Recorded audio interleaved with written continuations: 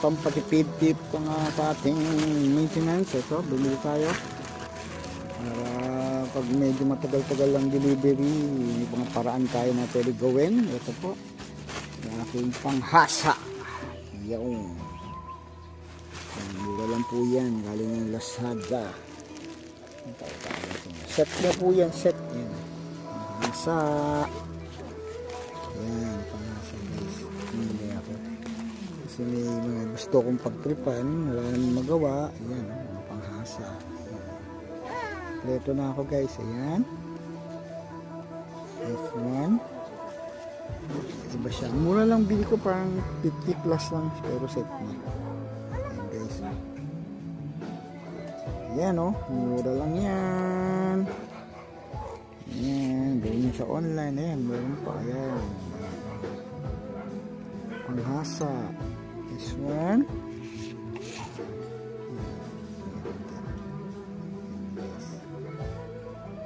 Laking tulong to guys para makatipid. Hasa-hasa na, hindi tayo papahasa.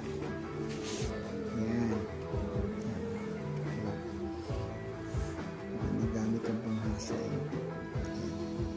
Susunod, gusto ko yung katam, yung mga ano sa kahoy, kasi gagawin tayo.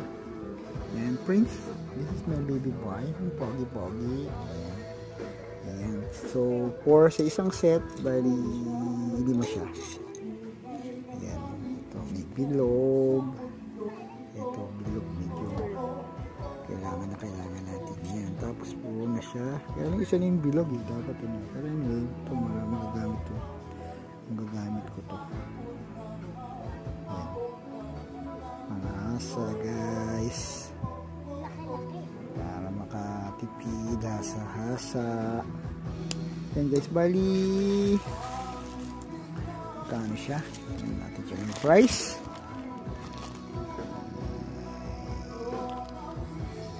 Arrow Hardware.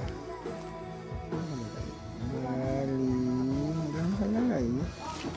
Nilagay, pero mura lang ang bili ko dito.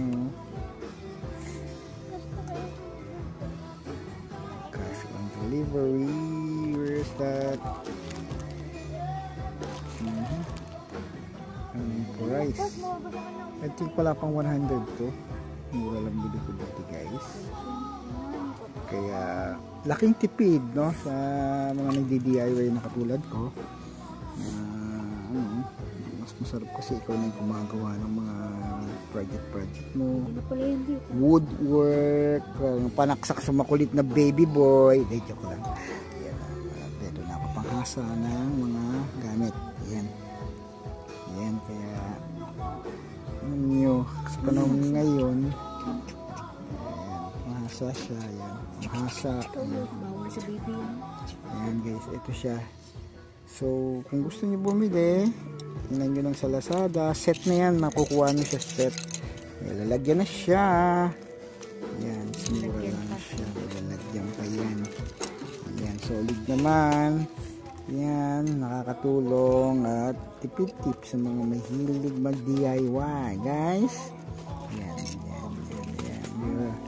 yeah, supportahan nyo po yung aking Facebook and YouTube channel sa tipid tips. Ayan, alright guys. Ayan, panahon ngayon, no? Igera na, kaya dapat may mga may tools ka na.